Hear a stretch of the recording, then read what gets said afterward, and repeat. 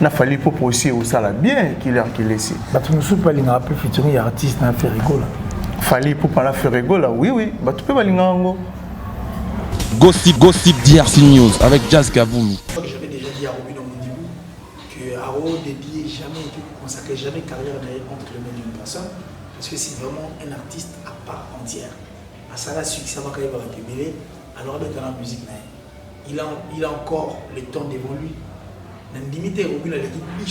Gossip DRC News avec Jazz Kaboulou. Artiste et musicien. Oui, c'est le roi ferré, non? Oui. À défaut que tu t'es ferré, à Iboye Mbakoligaï. Mais peut-être identité née en mais c'est la musique. Il y a même les artistes que toi tu veux protéger ici. On a protéger mon tuté. Mais oui, hein. On a protéger mon tuté. Même ces artistes que tu protèges intérieurement, aux autres, des fumeurs de chanvre. Mais la table sous la bombe. Mais la table sous le qui même au diamba bomba va faire la méla. Gossip DRC News avec Jazz Kaboulou. Parce que sur ça rétrospective, ma comme confier ça là, na évité. Ce rôle bani. Même nous intérieurement on laisse même Kofi et Mogo. Sur le binaire comme maintenant qui retient puis attends la Kofi on l'appelle Kofi en fait.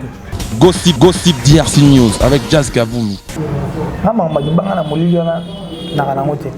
Je parle en bloc. Je dis toutes ces personnes qui ne veulent pas de moi, pardon, supportez-moi. Gossip DRC News avec Jazz Kaboulou. Les bazar reconnu. C'est grâce à c'est parce qu'il a voulu, parce qu'il avait voulu. Oui. Le roi Lingaki, nous avons l'artiste. Ça peut faire qui a un beau ambition. Comme vous avez passé. Bon, je sais que toi tu aimes bien ça, bon, c'est bon, on avance avec. Gossip DRC News avec Jazz Kaboulou. Quand Gims sort ses albums, c'est pas comme ça album n'est pour Azolan disque d'or, non. Mais c'est un album parce qu'il comprend que les fanatiques doivent l'écouter. Oui. Les amoureux de sa musique qui est bonne. Et puis, bateau va avoir fan base, yoka, artiste na bango a Chenzem. Gossip DRC News avec Jazz Kaboulou.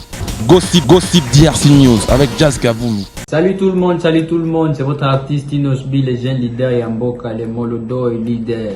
C'est juste pour vous recommander de vous abonner massivement sur la best chaîne YouTube. Gossip DRC News, number 1 on YouTube. Gossip DRC News. Le savoir ne ment pas. Appelez-moi The Game. Gossip DRC News avec Jazz Kaboulou. Hein? On parle plus trop. Presse en ligne. Avec intelligence, avec sagesse, tout ça. Pas trop de polémique. Ce qui on mélange pas les torsons et les serviettes. Hein? Nous on est serviettes. On ne dépend pas des torsions. Gossip DRC News avec Jazz Kaboulou. De belles interviews, de belles collaborations, de belles images. Parole de Fabregas. Alerte générale, abonnez-vous sur Gossip RDC News. Gossip DRC News. Les boss, ah.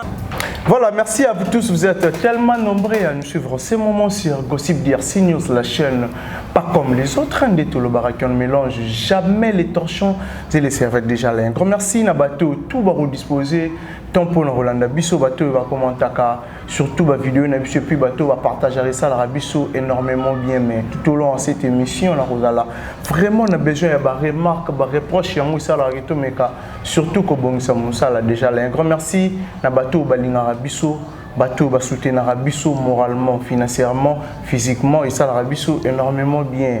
Nina no sakibino lelo na rozala na killer si jamais d'échec avec qui est Toro Meka Rosolo là tout sauf rien surtout na o Italie culture na biso na ebiki ya Romega Toro Meka Rosala mo analyse mo normal non sans kofinga normal makambo ezali yango tokoloba toyate poto kosela moto makambo toyate to la place à Atoro Misango B.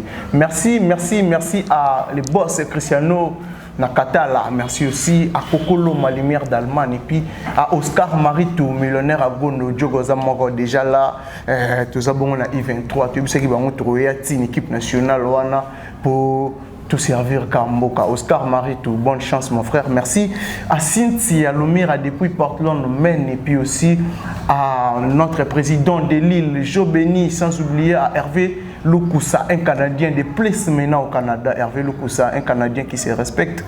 Canada, Mboganayo. Merci aussi à Kokoloma. Merci aussi à notre président de l'île, n'habité vraiment Soubaro Fonlabiso. Naza déjà na killer, qui laisse si jamais d'échec. Mais habiter tout bien anti-soleil ou soit éclipse soleil et l'élo. Même pas, donc ça dit c'est une paire de lunettes, normale comme toute autre paire. Et puis, il permet de donner Nathalie Oué. Et puis, c'est un salama. Et puis, c'est un qui est chippy, vrai. Il n'est pas méchant. T'as ce qu'on a enseigné, il n'est pas kamikaze. Un bon monsieur, il ne peut pas tuer. Reste avec lui. Et puis, c'est bon. Parce que on a compris, détecté parce qu'on a compris que beaucoup de gens ne veulent pas en fait de la vérité. Et puis en dehors de ne pas vouloir de la vérité, beaucoup de gens, c'est un boulot noble, nous ne sommes pas ennemis.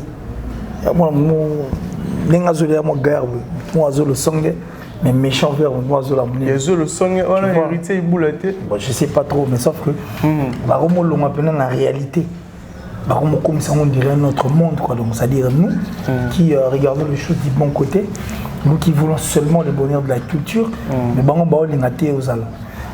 Côté même la vie c'est-à-dire une vie amoureuse, c'est-à-dire on a détruit eux-mêmes amoureusement parlant, à discréditer de façon que base à la source la posa na hôtel. Ouais, à l'outil même qui va arrêter, c'est-à-dire quelqu'un qui complote, pour avoir plaisir. La TV, ça la direct, pour kangi mutumoro, tamusuna kombo na ngai. Donc, des méchants, c'est-à-dire méchants, mais bon, moi je crois que le bon Dieu est au contrôle et il assure, il assume tout, parce que Isaïe, il a combien 41-10, 45-10. On va faire un gamin s'il te plaît.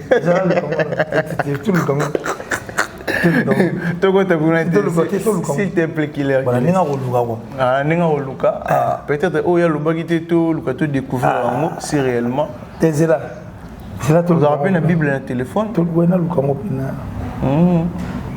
Félicitations. Vous savez la paix, vous avez belé traiter Rome, vous avez qui si. T'es bango ne va pas. Esaïe 41. Non, ça va développer la biso et en fait, mon Esaïe là. Dieu a seulement demandé na muto a kanisalaye. Muto a sala sur la bonne voie. Asala neni. Asala atamola toujours naé. Achara toujours mutema naé et pas naé parce que hier on va défendre atamola l'inquiétude. Vous comprenez? Donc nous sommes sur la liste de ces personnes qui ne sont pas inquiètes. C'est-à-dire qui regardent les choses du bon côté. Comme je l'ai toujours dit que je suis pauvre extérieurement, des gens sont bombés aux jeunes. Pour mailler le kin en moi. Non, mais vous n'avez pas la bien. Parce que mail était là. On a un débat là-bas. C'était au ngazo. On a déjà pas pantalon où tu as bien été dans la route. C'est-à-dire que pantalon dans la mine dans la moisa ma taba. C'est-à-dire qu'on a plus dans ma taba. Mais aux intérieur, après ça la peine. Parce que Baboma Mututo, il y a souvent Mutumo, ma famille, des familles respectives, Babomi, Ndegona Bango, pour Bazon Mutune, Thomas Hélène, Babomara pour la mapan, pour la bien matériel. Moi j'ai toujours prévenu plutôt que bien matériel dans la moitié. Je suis pauvre extérieurement, mais milliardaire en esprit. Ça dit ça, Bominga, au sein de l'autre, Maramanga, tu es à la carte, au Bomano Gangai. Au salarié. Donc voilà, c'est ce que je suis en train de dire à tous ces méchants en tout cas. Arrêtez avec ça, arrêtez de comploter. On a salué le hôtel, on a un problème dans l'hôtel. On a un problème dans Moutou apparemment. On dit que vous s'adressez. Non, je m'adresse aux personnes en fait. Moi quand je parle en bloc. Moi je parle en bloc.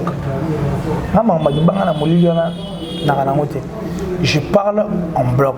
Je dis, toutes ces personnes qui ne veulent pas de moi, pardon, supportez-moi.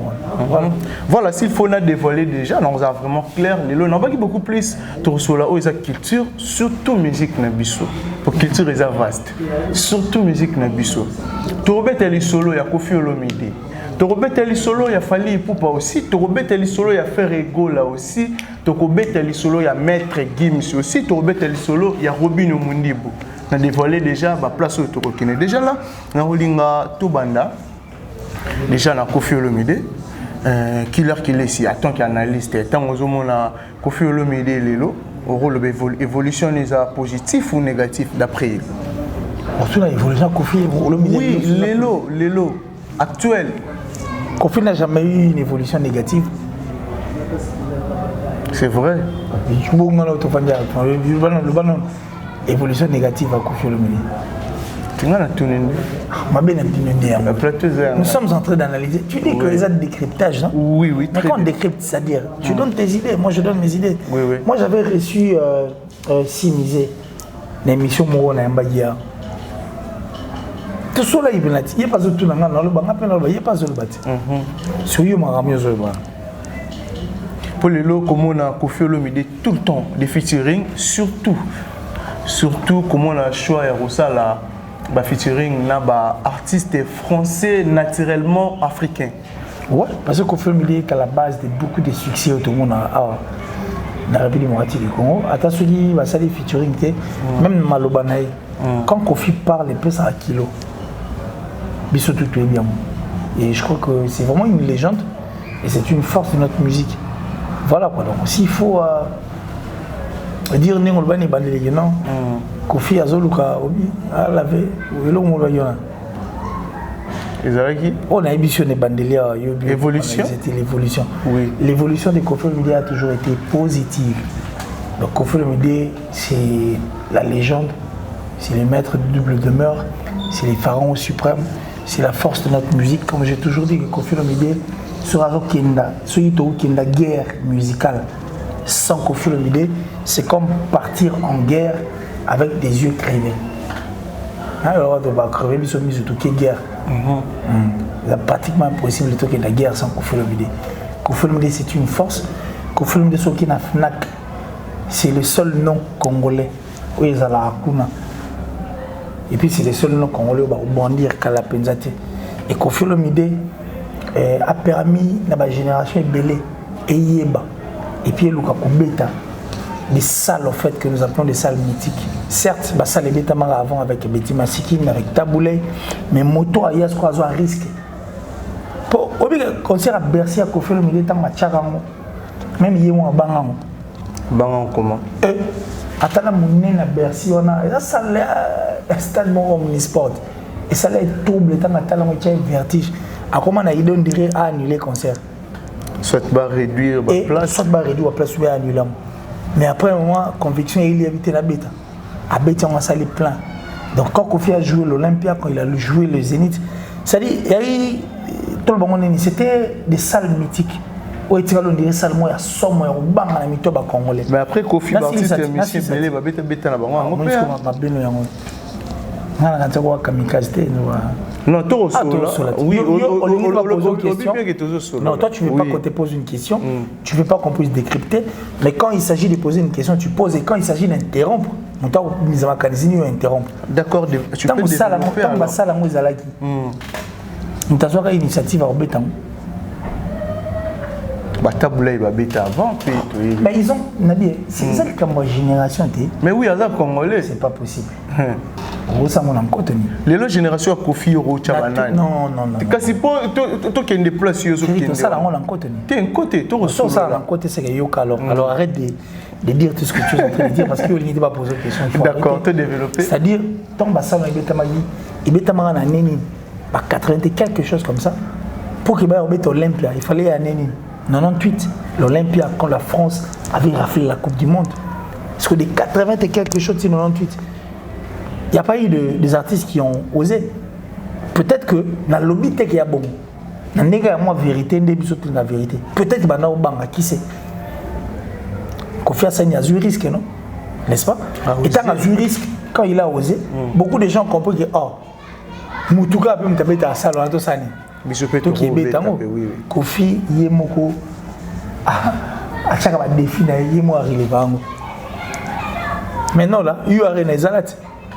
Azam découverte, défi peut-être que Parc de Prince Roya, peut-être que Stade de France Roya, et tout ça là, c'est au nom de la République démocratique du Congo. Et c'est de même, Néomona, Kofi Olomide, 16e, la liste il y a bateau le plus écouté au monde. Moi je vais te envoyer des images au monde, c'est la fierté de notre musique. Il a été reçu en tout cas sur TV5. Tu as vu ce que ça a été. Kofi a été reçu là, c'est midi Kofi a été réussi dans live. En fait, je crois que là, du week-end, la Côte d'Ivoire, elle est là, bon, fort. Ce sont vraiment des présentatrices, en tout cas, saines et puis certaines. Quoi. Donc, ça dit, bateau, ça, et ils les font bien. Et je crois que tout le monde a le coup. Bref, Kofi, c'est une fierté de notre musique. C'est une force de notre musique. Nous sommes censés être derrière lui. Donc, Nabiso, Naba Ivoirien, bateau va respecter notre artiste, notre légende. Et ça, Biso.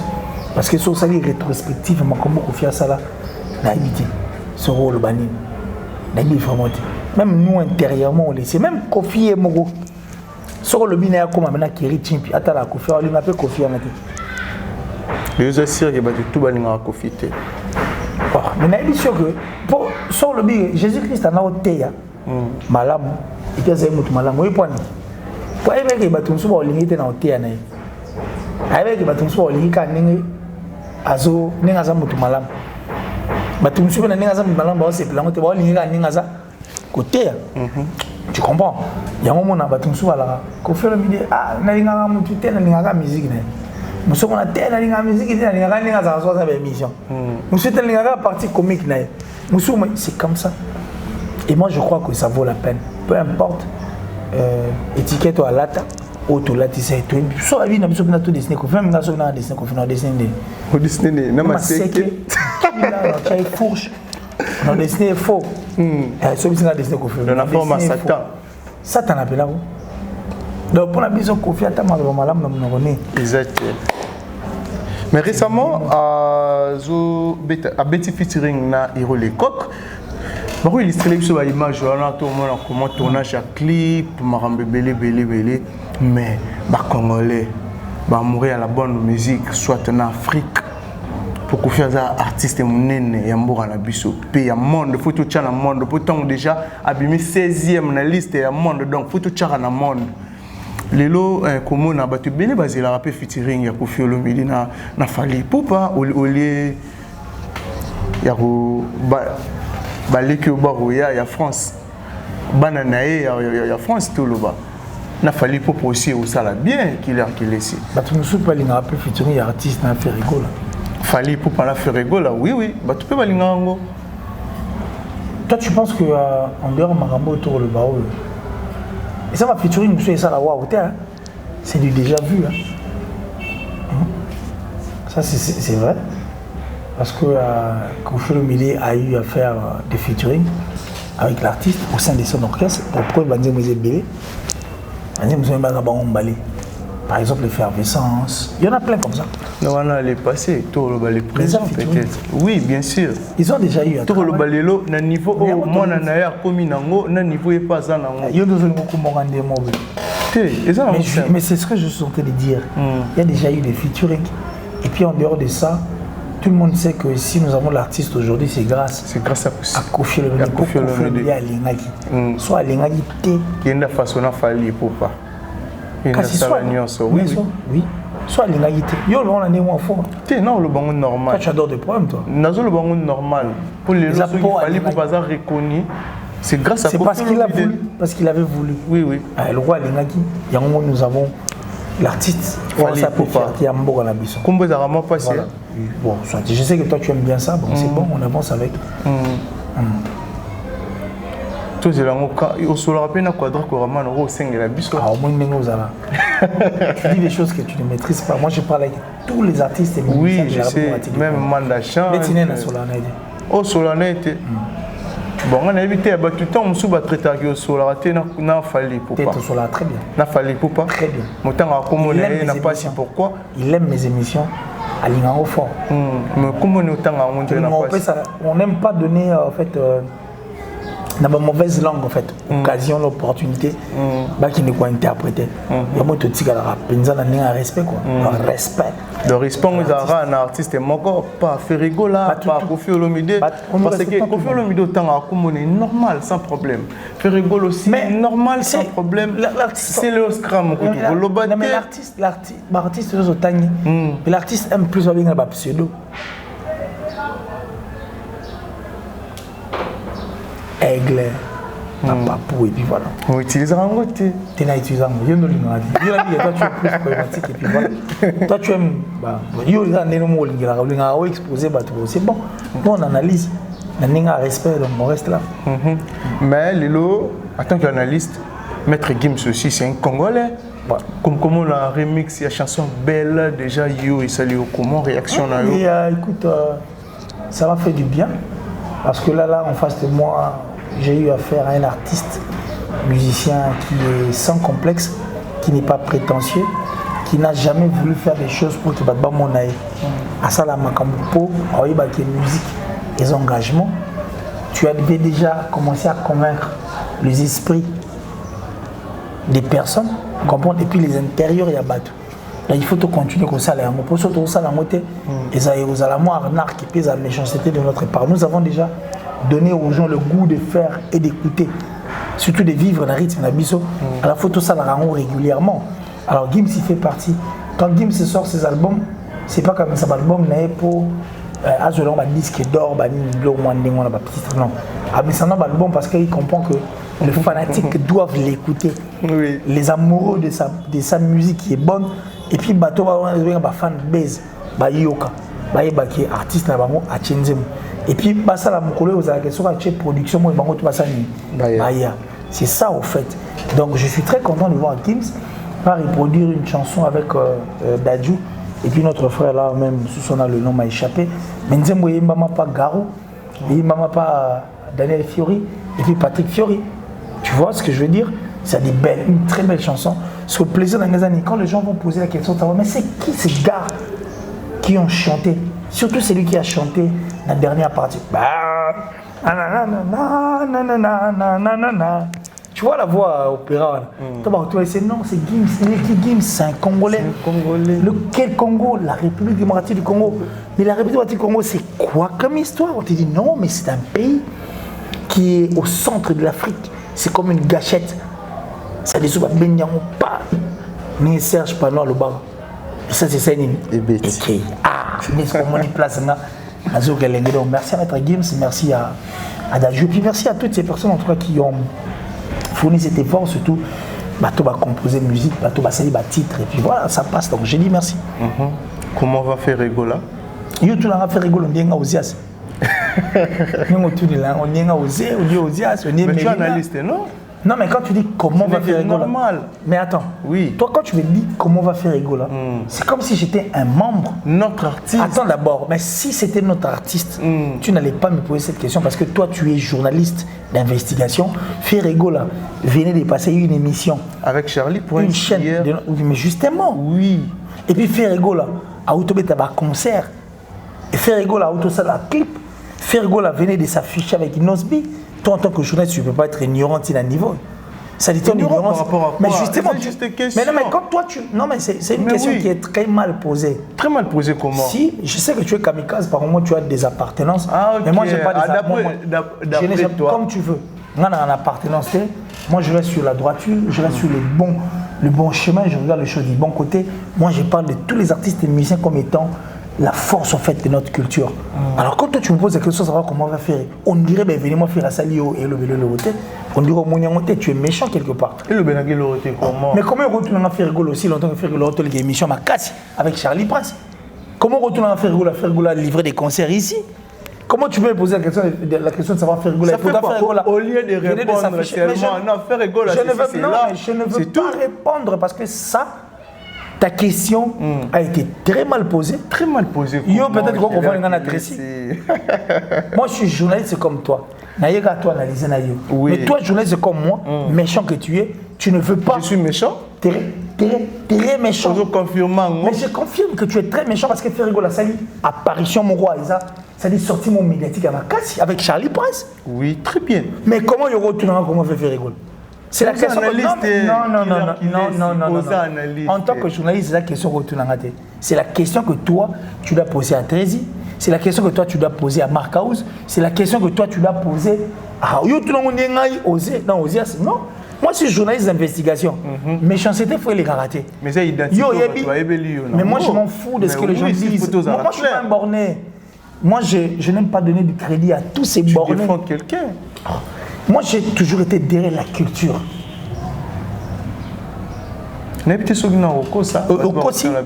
Okosi, makasi. Et puis Okosi na motema mabe, dès le recel n'a passé. C'est vrai. Ouais. Tu as une émission, tu as une maman confiante. Oui. Tu as aussi une maman JB tant oui. C'est quoi yo personne identité na ndenge. C'est bon, tous les gars se placent là. Donc toi, tu es vraiment sur la liste de ces personnes.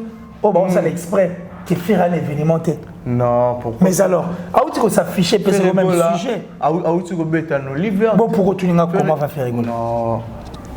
Comment tu peux me poser cette question aussi longtemps que tu es journaliste? Comment tu peux te permettre de me poser cette question? Voilà, qui est si. Ah, mon idée, voilà. Qui est si. Des méchants. Toi aussi tu es méchant. Moi je suis pas méchant, moi j'aime la culture. Je parle de tout le monde, sans personne. Qui est si. Mais les autres artistes fait rigoler là, ne va traiter de tout. Surtout dans les cambos, ça ne va pas ici. Il y a mon Melibangi. C'est photos à la claire. Non mais. Réaction d'abord. Bon, réaction à Diamba. Diamba. Bob Marley tu es kufa noalé. Tu as non kaya non musique. Ça dit officiellement qu'on concerne en France. Net tu organises proche. Oui bah non kaya non musique. Oui. Et puis on sait que c'est le parrain du chanvre. Tout à l'heure bah Lili Wayne. Tout à l'heure tous ces gens même les politiques. Tu y es tout le monde a raté vite. Non mais là mais tu ignores pourquoi tu es journaliste, on écoute. Mais oui, est-ce que des gens tu fini tout ça va yo preuve Bob Marley bien côté. T'es Bob Marley oui, n'affirmant oui puis na reconfirmant. Bon aussi Bob Marley est un boxeur. Tout le monde est non, il est boxeur. Il est boxeur. Il est boxeur Bob Marley. Bob Marley. Un artiste et musicien. Il sait le quoi faire non? Oui oui. À défaut que tu t'es faire à Iboyemba ko ligai. Mais il y a peut-être une identité née en moi. Mais c'est la musique. Il y a même les artistes que toi tu veux protéger ici. On a protéger mon tuté. Mais oui, hein. On a protéger mon tuté. Même ces artistes que tu protèges intérieurement, aux autres, les fumeurs de chanvre. Mais la table sous la bombe. Mais la table sous le l'équipe même au Diamba Bamba va faire la mela. Bonini. Mais pas bombe. Oui, bi bombe. Bamela, mais c'est le retour. Nana il que ngaza hypocrite ça le retour anaki. Parce qu'on a mutuka, pas bomela comme ça. Bamela mingi ça va charger on va belle la rana. Mais justement ils comme ça venir les zinc. Mais il y a de ceux qui prennent même au-delà de ça. Mais si faut que l'on a en terme ba bombe autre. Tout que l'on a en terme de diamant. Na bangi affaire. Na bangi artiste et musicien belé au monde na bangi ni yo faire. Tu m'as préféré l'autre pour la goûter. On a ce qu'on a préféré na bangi affaire. Par rapport à quoi? Écoute, je lance un message à faire rigoler. Il y a un moment où les gens en ont assez parlé. Parce que ceux qui ne peuvent pas estimer qu'il fait rigoler, mais il n'est pas le seul. Pour ne pas dire qu'il fait des choses à la mabe. Mais ceux qui disent qu'il fait les arts mabe, on a préféré faire parce que faire rigoler, c'est un longa. Pas petit, pas banani, pas master, pas entouré, tout va bien. Alors faire rigoler, tout ça, on a rien à ça là. Inviter un grand temps, pas plier les bisous noirs. Mais oui, pas plier les bisous noirs, on a parlé, tout ça, on a vidéo, on a Snapchat pour maman aussi là. Tout va bien, on a chiche. La réputation artiste, c'est sûr. Et ça n'est pas la réputation. Oui, mais aussi la coufani. Non, mais attends. Non. Mais oui, la musique, nous la faisons en fonction de toi. On a bloqué, on a le gomme à votre point. Bitsa wat, on a le gomme point. Bah, trop fait, on a le gomme di banane, on a le gomme point. Bon, toi s'intéresser à moi en boca, toi s'intéresser à Maïcha pas, toi s'intéresser à what va trop fait nous sommes des qui m'ont. Toi s'intéresser à toi. Toi que non, va trop fait di banane pour et pesa kilo, pas de voir la free man. Sauf moi que nous le banane. Maman di banane total en point. Quand tu tournes, tu mets ta musique, tu le gâteau. Quand tu tournes la musique, tu mets ta moto, tu triomphes dans le streaming, tu triomphes dans la fête, tu triomphes point. C'est que tu as envie, et puis tu as envie de faire des bandes. Des bandes, c'est un modèle de la musique. Et tout le monde a dit que c'est noir. Par exemple, Bob Marley. Mais quand on prend Bob Marley, à part qu'on fait le vidéo, artiste là qui Bob Marley, il y a vente, il y a écoute, il y a un monde de finaliste, à part qu'on fait le vidéo. C'est que laisse tomber. Faire invite-nous à la maison, on va venir. Dès que on va dire, on va mais quand tu as un bosso, tu peux ça mon ami tu vas nous tuer mille bandes. Mais tu vas tout. Mais tout est dans mon pénal. qui l'amour la mission va caméra. Tout ça on a vidéo. Mais parce que ça doit finir cette histoire. Ça doit finir. Toi tu penses que ça les bons ici. Non mais ça doit finir parce que s'il faut parler du choc, mais si vous mais vous vendez mais attends besoin de matière. Attends besoin de matière pour ça parce que au bon on ça dans le côté. Vous vendez mal l'image d'un artiste qui font l'image de son pays en bien. Bolinga à Salani parce que dans ma sortie de la petite némo on les cache quoi vous me dit moi non à lui qui a regretté la négo à Sala congolais. Est-ce que faire la salle les sous pour andima botamara congolais? Non mais est-ce qu'il y a ça les sous? Non ça les sous ça les sous. Mais quand vous vendez mal l'image de faire, vous voulez que ma les années. Vous avez méchant toutefois pour lui parce que grâce à ça méchant ça j'ai dit en général. Moi je dis ce que je veux dire. Vous avez méchant parce que bon il m'a comme ça il m'a en bien comment? Parce que vous vendez déjà mal l'image. Bateau le bol. Est-ce qu'il y a aussi un modèle au niveau des États-Unis? Est-ce que c'est un modèle? Oui, pour moi, oui. Alors, parmi aussi, bah, mais il est en prison. Va vérifier pourquoi il est là. Les erreurs, les erreurs. Erreur? Oui. Merci beaucoup. Je comprends gros ça en impôt. Alors, j'ai dit merci beaucoup. C'est tous ces méchants-là. Moi, je crois que Ferrigo, là, c'est une force de notre musique. On méritait encore beaucoup plus. Et bon vent à lui. Et puis, tu as la pénale dynastie. Et sa sortie médiatique dernière ici, c'était en tout cas époustouflante, cette sortie. Et moi, j'ai dit merci. Et bon vent à l'artiste. Voilà, qu'il est signé. Une petite dernière question. Là, tout le monde a revu nos mundi en pleine répétition. Vous répétez Zimba Fali. Est-ce que les aliens, d'après eux? Bon, déjà, quand une machine dans sa boussole perd le nord, c'est tout à fait normal que la machine est comme un folle. Moi, je crois que j'avais déjà dit à Robin dans mon début que Aro dédié jamais, consacrait jamais carrière entre les mains d'une personne, parce que c'est vraiment un artiste à part entière. À ça, là, succès va quand il va révéler, alors avec la musique, il a encore le temps devant lui. N'importe Robin a l'équipe, il chante à Rumba au Toyebi. Je ne pense pas. Non, il a un conseiller, il a dit avec un zémo à Rumba, à ta deux zémo à Rumba, il y a assez à sa promotion, il y a assez concentré. Et puis, il y a tellement à montrer de bon côté, ça allait bien. Parce que c'est une fierté, une force. On veut toutefois continuer à le voir au sein de notre communauté. Et puis, la musique, ça va être fierté.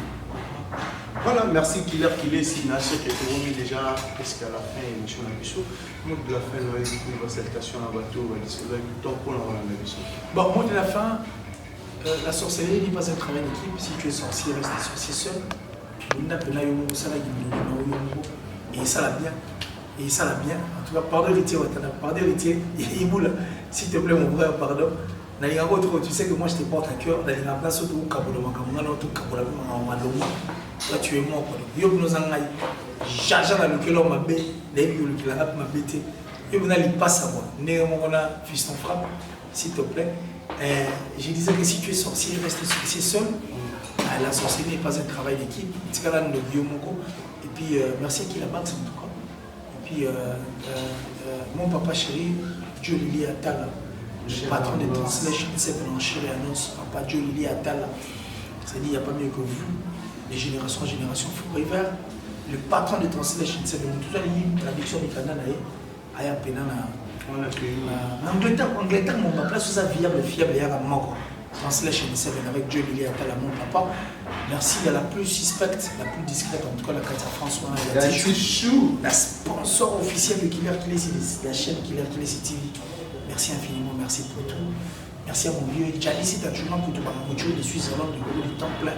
Du groupe du Temple. Yannick Kaina, la monnaie invisible, la vraie monnaie invisible, Yannick Kaina. L'homme à la précision de la montre suisse, merci. Merci à Yves Massamba, Motema Solange, Moulabo, Maman na Solestabi, na Solestama Massamba. Solestana Massamba, na Katia Koulora de Wana, merci. Merci à Westriga. L'homme visiblement invisible, seul moi qui suis habilité de le voir au Westriga. Merci à Fabrice Emmanuel Kalonji. En tout cas, le coach, merci à toi. Soyez tout la vision des tuyaux carré, c'est la mission bien Roger, mais l'empreinte digitale de Papa Chéri, merci à vous. La top modèle la plus sexy, la plus belle de sa ville en tout cas, invité dans le famille, merci infiniment. Merci encore une fois là.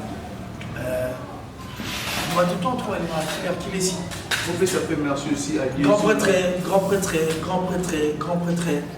c'est-à-dire Smokey, les grands rappeurs qui la bac, ça veut dire 9278, 9278, les grands rappeurs Smokey, hein? Donc c'est les grands rappeurs de la carte en Angleterre, merci à toi, merci à mon original, on essaie un peu de réparer parce que déjà l'émission faut les réaliser, ça va bien. Et puis Jidobo et Jigal Fiele, un maître pas comme les autres, Jidobo et Jigal Fiele, Caps Massiani, les séminaristes, j'ai dit merci à Bayo Tchudi. Merci en tout cas Elvis Pochou, héritier Iboula, mon jumeau de tous les temps, Venabiso, Adrecha Motomètre, Beba Zibeba, Tchafouin, au Monango, Poya, à la Momonina, ma cofinae, sur le meilleur de vos amours, Adrecha Motomètre, comment t'as bisou? Merci à notre sponsor. Oui. 89 526 53 54 plus 740 89 526 54 54. J'ai parié qu'elle allait laisser le numéro. Tout bien dans le piton. On va tu vas le conseiller un peu normal, ne tout pas les gars, moi je suis sur la liste de ces personnes qui acceptent de se faire insulter parce que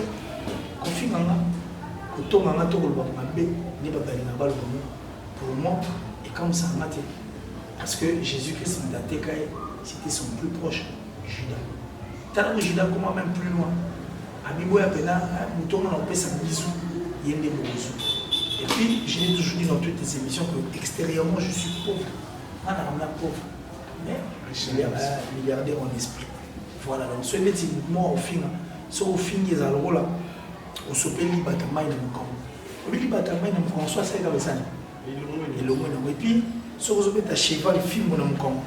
Il y a une idée non au sein.